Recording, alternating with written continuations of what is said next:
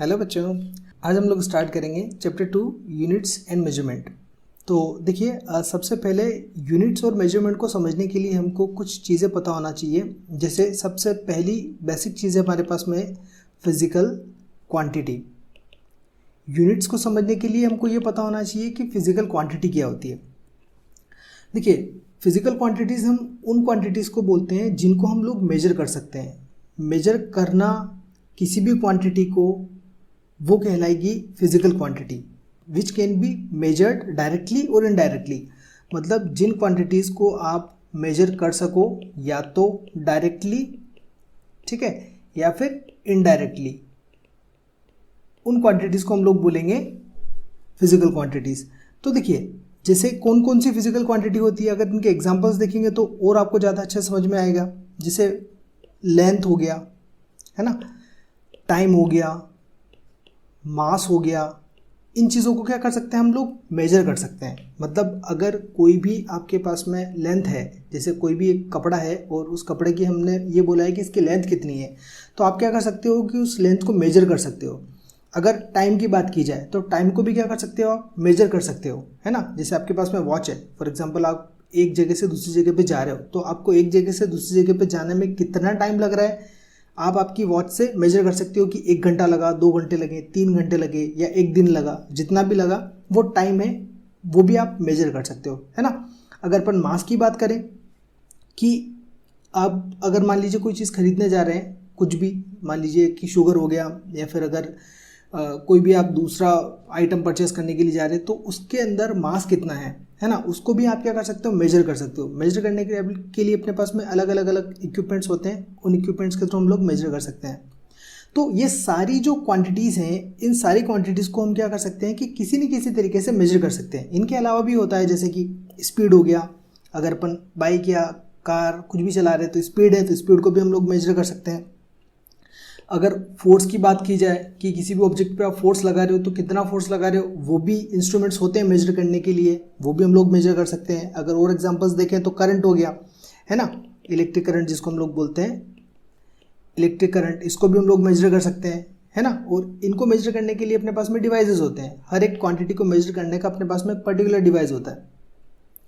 तो ये होती है अपने पास में फिजिकल क्वांटिटीज़, जिनको हम लोग मेजर कर सकते हैं कि वो कितने अमाउंट में एक्चुअल में आपके पास में है, राइट। जैसे फॉर एग्जांपल आपके पास में सेलफोन है, मोबाइल है, तो उस मोबाइल का जो है मास कितना है वो आप मेजर कर सकते हो। तो वो क्या हो गया, एक फिजिकल क्वांटिटी हो गई, राइट। लेंथ की अगर बात की जाए तो आपकी लेंथ कितनी है, मतलब आपकी जो लंबाई है वो कितनी है, तो वो भी आपके लिए क्या हो गया, एक फिजिकल क्वांटिटी हो गई। टाइम की बात की जाए कि अगर आपको कोई भी काम करने में कितना टाइम लगता है, तो वो भी क्या हो गया, एक आपकी फिजिकल क्वांटिटी हो गई।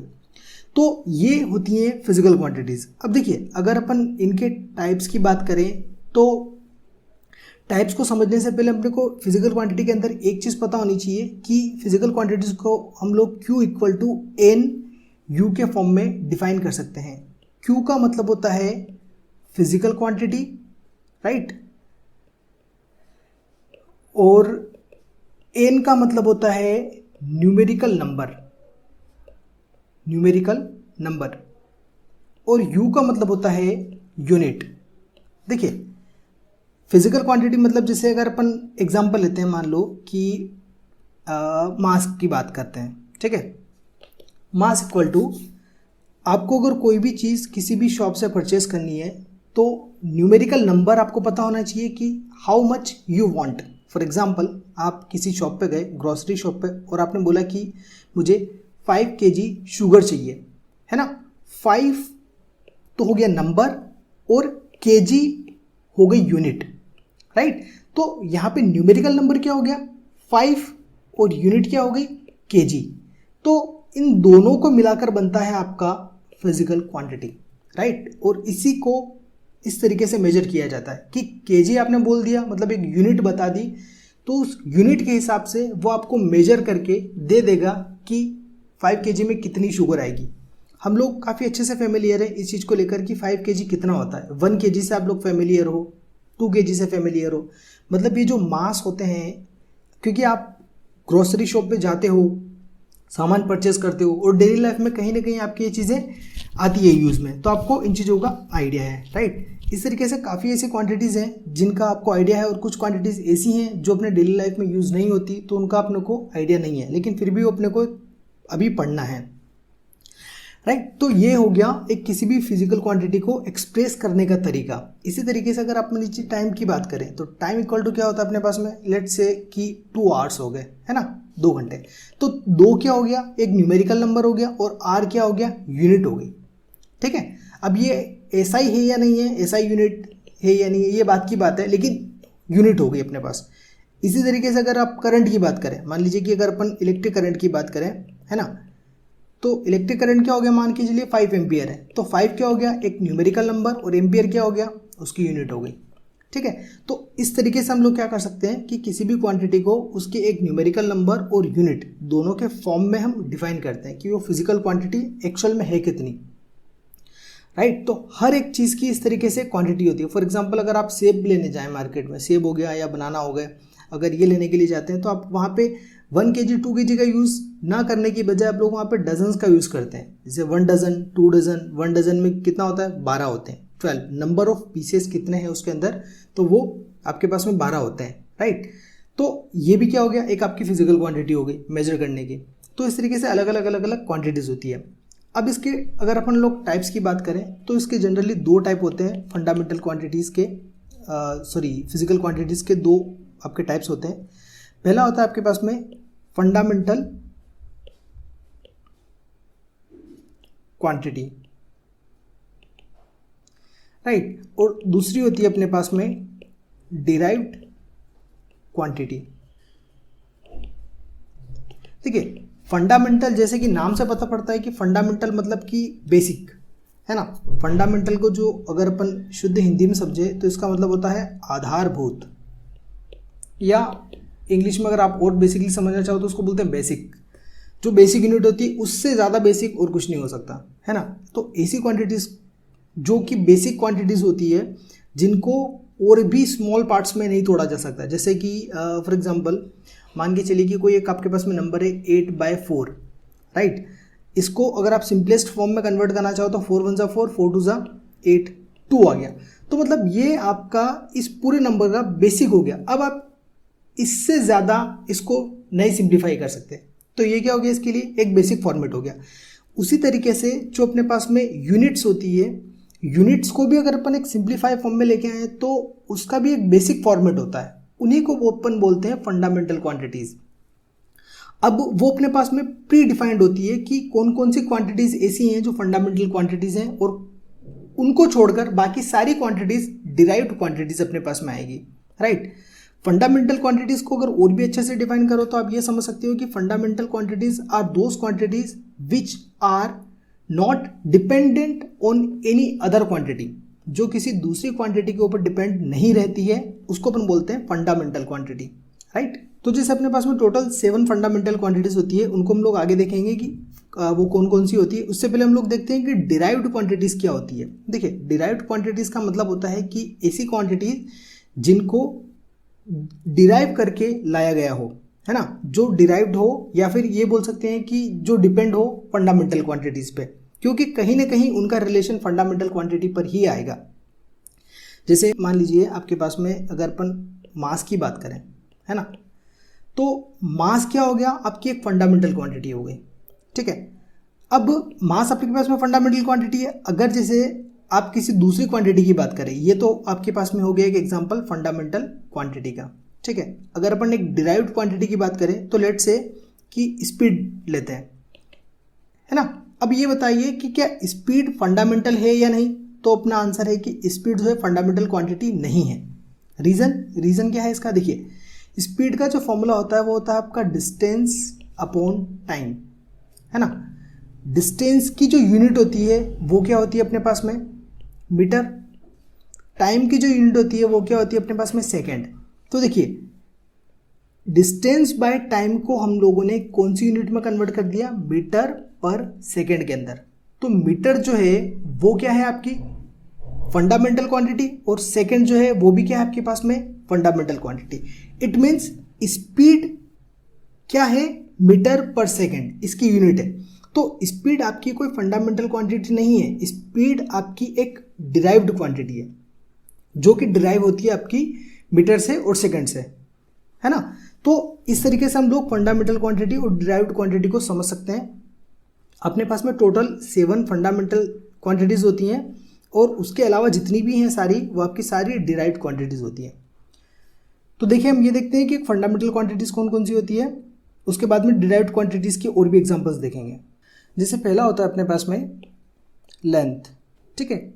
ये आपकी पहली फंडामेंटल क्वांटिटी है जिसका आपके पास में जो यूनिट होती है वो होती है मीटर। मतलब कि जब भी लेंथ की बात आती है हम लोग उसको मीटर में मेजर करते हैं, ठीक है। ये इसकी एसआई क्वांटिटी बता रहा हूँ मैं आपको, एसआई यूनिट होती है ये।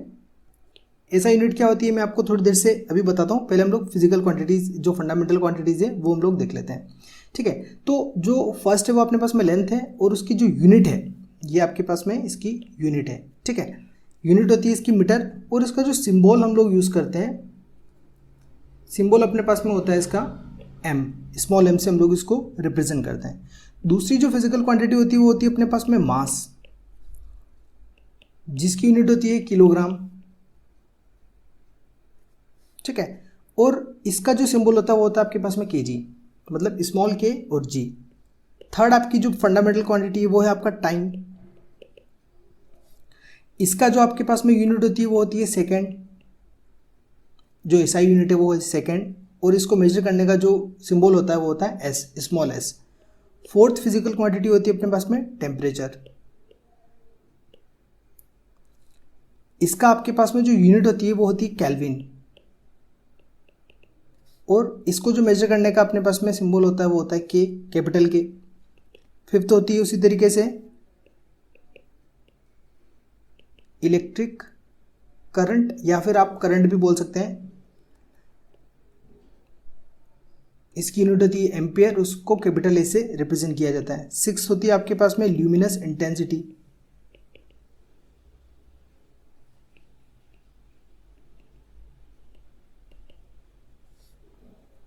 इसकी होती है कैंडेला और इसका जो सिंबल होता है वो होता है CD।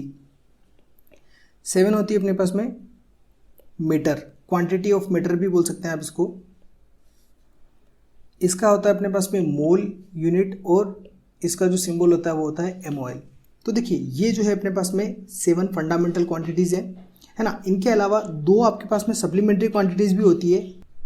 पहली होती है प्लेन एंगल, जिसको हम लोग रेडियन से शो करते हैं, उसकी रेडियन यूनिट होती है और सिंबल होता है रेड। सेकंड होता है उसमें आपका सॉलिड एंगल। सॉलिड एंगल में आपका स्टेरेडियन से शो किया जाता है, इसकी जो यूनिट होती है वो स्टेरेडियन होती है और इसका जो सिंबल होता है वो SR होता है। तो देखिए यहाँ पे अपने पास में 7 फंडामेंटल क्वांटिटीज़ हैं और 2 आपके पास में सप्लीमेंट्री क्वांटिटीज़ हैं। ये जो दोनों हैं ये आपके पास में सप्लीमेंट्री क्वांटिटीज़ हैं और ये 7 आपकी फंडामेंटल या फिर आप बोल सकते हैं कि बेसिक क्वांटिटीज़ हैं। इन 7 क्वांटिटीज़ के अलावा जितनी भी क्वांटिटी आपके पास में आती है सारी की सारी आपकी डिराइव्ड क्वांटिटीज़ के अंदर आती है। टोटली वो डिराइव्ड क्वांटिटीज़ हो जाएगी और वो सारी की सारी जो क्वांटिटीज़ है वो इन 7 से ही डिराइव की जाएगी, है ना। आप चाहे कोई भी क्वांटिटीज ले लेंगे वो हमेशा इन 7 से डिराइव की जाएगी। जैसे हम एक एग्जांपल लेते हैं, मान के चलिए कि फोर्स की अपन बात करते हैं, तो फोर्स आपकी क्या है, एक डिराइव्ड क्वांटिटी है। क्यों? क्योंकि देखिए फोर्स का जो फॉर्मूला होता है वो क्या होता है, मास इनटू एक्सेलरेशन। मास क्या है आपकी, देखिए यहाँ पे एक फंडामेंटल क्वांटिटी है ना ये वाली। एक्सेलरेशन की बात करें तो एक्सेलरेशन भी अपने आप में एक डिराइव्ड है। मास तो हो गया आपका फंडामेंटल में। अब एक्सेलरेशन की बात करें तो एक्सेलरेशन क्या होता है अपने पास में, वेलोसिटी अपॉन टाइम, है ना। तो मास इनटू वेलोसिटी भी आपकी क्या है, एक डिराइव्ड है। तो वेलोसिटी को भी हम लोग क्या लिख सकते हैं, डिस्प्लेसमेंट अपॉन टाइम, और ये टाइम एज इट इज। तो ये क्या हो गया, मास इनटू डिस्प्लेसमेंट की जो यूनिट होती है वो क्या होती है अपने पास में, लेंथ। तो ये लेंथ आपकी क्या आई, फिजिकल क्वांटिटी, फंडामेंटल क्वांटिटी मतलब, और टाइम का स्क्वायर यानी कि ये हो गया आपका टाइम का स्क्वायर। तो देखिए मास में, लेंथ में और टाइम में हमने क्या करा कि जो फोर्स था, फोर्स को किस चीज़ में कन्वर्ट कर दिया, मास के अंदर, लेंथ के अंदर और टाइम के अंदर। तो फोर्स किन किन चीज़ों से मिलकर बना है? मास से बना है जो कि एक फंडामेंटल क्वांटिटी है, लेंथ से बना है जो भी फंडामेंटल क्वांटिटी, और टाइम से बना है वो भी एक फंडामेंटल क्वांटिटी है। मतलब कि जो तीनों फंडामेंटल क्वांटिटीज़ हैं, ये तीनों फंडामेंटल क्वांटिटीज़ का ये वाला रिलेशन, यानी कि mass into length upon time का स्क्वायर, ये जो रिलेशन है इसको हम लोग बोलते हैं फोर्स। इसी तरीके से अपने पास में बहुत सी ऐसी यूनिट्स होती है जो इन सातों का कोई ना कोई रिलेशन शो करती है और उसको हम एक नया नाम दे देते हैं। ठीक है, तो ये होती है अपने पास में फंडामेंटल, और इस तरीके से हम लोग डिराइव्ड यूनिट्स को फंडामेंटल क्वांटिटीज़ में कन्वर्ट कर सकते हैं। और इसके आगे हम लोग इसके डायमेंशंस भी पढ़ेंगे कि हम लोग इनके डायमेंशन फार्मूलाज भी कैसे निकालेंगे, वो मैं आपको आगे बताऊंगा। उससे पहले हम लोग देख लेते हैं कि हमारे पास में यूनिट्स कितनी होती है। जैसे अभी मैंने आपको बताया था कि एसआई यूनिट है, तो एसआई के अलावा और कौन कौन सी यूनिट्स होती हैं और वो क्या होती है वो हम लोग देख लेते हैं। देखिए, अगर अपन यूनिट्स की बात करें तो यूनिट्स क्या होता है कि किसी भी क्वांटिटी को मेजर करने का एक तरीका होता है कि वो कितनी है। फॉर एग्जांपल, अगर अपन बात करें कि किलोग्राम है ना, तो किलोग्राम आपको समझ में आता है। अगर मैं बात करूं कि 100 ग्राम, तो 100 ग्राम भी आपको समझ में आता है। अगर मैं आपको बात करूं कि लीटर, तो लीटर भी आपको समझ में आता है। फॉर एग्जांपल, अगर आप पानी लेने के लिए जाते हैं तो आप क्या बोलेंगे, 1 लीटर आपको पानी की बोतल चाहिए। या फिर जैसे जनरल मार्केट में जनरली जो मार्केट में आपको मिलती है वो 1 लीटर की बोतल ही मिलती है। बिस्लरी वगैरह या कोई भी कंपनी की आप परचेस करते हैं तो 1 लीटर मिलती है। आप लिक्विड की जब भी बात करें, लिक्विड को मेजर करने के लिए, तो आप लीटर का यूज़ करते हैं, है ना। अगर आपको मास को मेजर करना होता है तो क्या करते हैं, ग्राम का यूज़ करेंगे अगर क्वांटिटी कम है तो, या फिर किलोग्राम का यूज़ करेंगे, या फिर क्विंटल का यूज़ करेंगे अगर क्वांटिटी काफ़ी ज़्यादा है तो इस तरीके से क्या होती है, अपने पास में कुछ बेसिक क्वांटिटीज़ होती हैं और ये मेजर करने के लिए हमको यूनिट्स की ज़रूरत पड़ती है। तो यहाँ पे जो किलोग्राम है ना, वो है आपकी यूनिट, ग्राम है यूनिट, लीटर है यूनिट, मीटर है यूनिट, है ना, सेंटीमीटर हो गया, सेकंड हो गया, एम्पियर हो गया। तो ये जो सारी हैं ये अपने पास में यूनिट्स हैं। अब इन यूनिट्स के भी एक फॉर्मेट होते हैं कि कौन सी यूनिट्स का नाम क्या है, तो वो हम लोगों को देखना है। तो देखिए, सबसे पहले जो अपने पास में आती है वो आती है CGS। CGS का मतलब होता है कि C का मतलब यहाँ पे है आपका सेंटीमीटर, G का मतलब होता है यहाँ पे ग्राम, और S का मतलब होता है यहाँ पे सेकंड। इसका मतलब है कि जो CGS यूनिट होती है, CGS यूनिट के अंदर जब भी लेंथ की बात की जाएगी, लेंथ को हम लोग सेंटीमीटर में मेजर करेंगे। अगर आपको ये बोला जाए कि लेंथ की CGS यूनिट कौन सी होती है, तो आप बोलेंगे सेंटीमीटर होती है। ठीक है, अगर आपको पूछे कि CGS यूनिट के अंदर मास की यूनिट क्या है, तो आप बताएंगे कि ग्राम होती है, और टाइम की यूनिट पूछी जाए तो सेकंड होती है। किसी भी चीज़ को मेजर करने की अपने पास में एक यूनिट होनी चाहिए कि कितनी क्वांटिटी में वो चीज़ आपके पास में है, वो होती है उसकी यूनिट। तो CGS जो आपके पास में यूनिट है, मतलब एक स्टैंडर्ड फॉर्मेट है कि CGS यूनिट के अंदर हम लोग लेंथ को, मास को और टाइम को कौन सी यूनिट्स के अंदर डिफाइन करेंगे, तो सेंटीमीटर में करेंगे, ग्राम में करेंगे और सेकंड के अंदर करेंगे। अगर हम लोग 1 सेंटीमीटर की बात करें तो 1 सेंटीमीटर अपने को पता है कि कितना होता है। जैसे आपके पास में जो स्केल होती है, उस स्केल में आपके 15 डिविजन्स होते हैं, है ना। तो उन 15 डिविजन्स में 0 से लगाकर 1, 2, 3, 4 ऐसे आपकी नंबरिंग होती है। तो 0 से लगाकर 1 तक जो होता है वो आपका होता है 1 सेंटीमीटर, है ना। और उसके बीच में भी आप लोग देखेंगे 10 डिविजन्स होते हैं छोटे छोटे, तो वो होता है आपका मिलीमीटर। जैसे अगर एक डिवीजन को देखोगे छोटे से तो उसको अपन बोलते हैं मिलीमीटर। 1 mm, तो वो और भी छोटी यूनिट होती है। तो इसमें मैं चाहती हूँ हम लोग कि सबसे पहले ये देखते हैं कि CGS क्या होता है। तो CGS में हम लोग क्या करेंगे, सेंटीमीटर में, ग्राम में और सेकंड में किसी भी यूनिट को रिप्रेजेंट करते हैं। उसके बाद में जो सेकंड आती है वो आपके पास में आती है FPS। F का मतलब होता है फुट, P का मतलब होता है पाउंड और S का मतलब होता है सेकेंड। ठीक है, F का मतलब होता है आपका फुट, P का मतलब होता है पाउंड और S का मतलब होता है सेकेंड।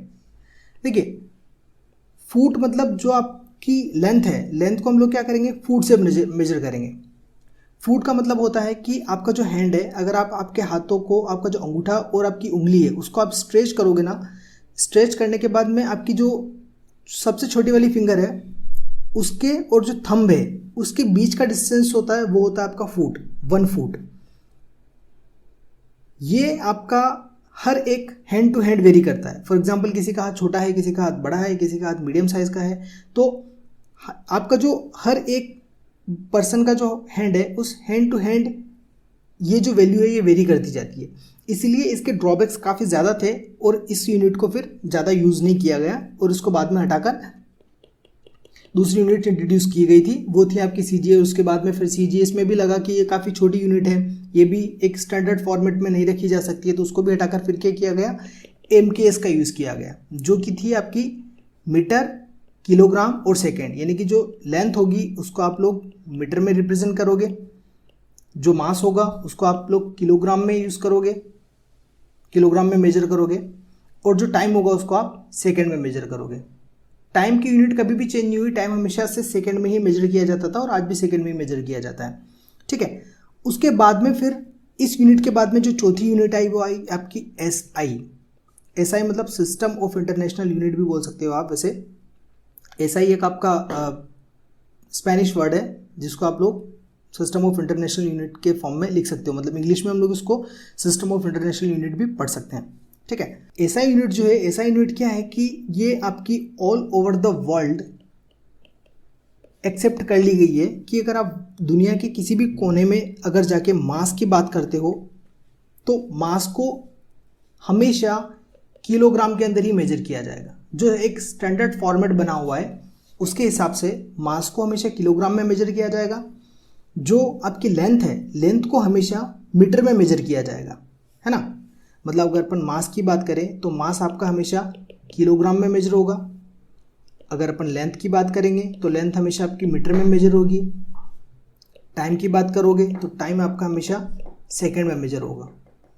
ये एक standard format all over the world है। दुनिया की किसी भी कंट्री में, किसी भी कोने में अगर अपन बात करें तो यही फंडा मेजर करने का यूज़ किया जाता है। इसके अलावा हर एक कंट्री की अपनी लोकल यूनिट्स होती हैं मेजर करने की, लेकिन फिर भी जो स्टैंडर्ड फॉर्मेट है समझने का वो आपका पूरा ये है। जैसे फॉर एग्जांपल कि इंग्लिश जो होती है, इंग्लिश एक इंटरनेशनल लैंग्वेज है। अगर किसी भी कंट्री में हम लोग इंग्लिश बोलेंगे तो जनरली लोग आज के डेट में सारे लोग समझते हैं इंग्लिश, है ना। ये क्या हो गया, अपने पास में एक इंटरनेशनल लैंग्वेज हो गई। बट इंग्लिश क्या सारे कंट्रीज़ में सारे लोग यूज़ करते हैं? नहीं। उसके अलावा भी क्या होता है कि बहुत सारी कंट्रीज़ में अपनी खुद की एक लैंग्वेज होती है। जैसे इंडिया में हम लोग हिंदी का यूज़ करते हैं, हिंदी के अलावा भी अपने पास में 5000 भाषाएं और हैं जिनका हम लोग इंडिया के अंदर ही यूज़ करते हैं। बट इसका मतलब ये नहीं कि अपने को इंग्लिश नहीं पता, है ना। इंग्लिश को हम लोग फिर भी जानते हैं। उसी तरीके से लोकल यूनिट्स भी यूज़ की जाती है। लोकल के अलावा भी सारे लोगों को पता है कि स्टैंडर्ड जो यूज़ करना है वो आपका मास के लिए किलोग्राम को यूज़ करना है। फॉर एग्जांपल अगर आप किसी कंट्री में जाकर आप बोलते हैं कि आपको 1 किलोग्राम शुगर चाहिए, तो वो पर्सन समझ सकता है कि आपको 1 किलोग्राम में कितनी क्वांटिटी आपकी होती है, आपको कितना मेजर करके देना है, राइट। तो ये होती है इंटरनेशनल लेवल पे अडॉप्ट की गई यूनिट जिसको अपन बोलते हैं SI यूनिट। ऑलराइट, सो आज का वीडियो हम लोग यहीं तक रखते हैं। नेक्स्ट वीडियो में हम लोग ये देखेंगे कि कोई भी अगर आपके पास में क्वांटिटी है तो उसकी मिनिमम से मिनिमम और मैक्सिमम से मैक्सिमम वैल्यू क्या हो सकती है और कौन कौन से अपने पास में रेंज है मेजर करने के लिए, वो सारी हम लोग नेक्स्ट वीडियो में देखेंगे। Thanks for watching.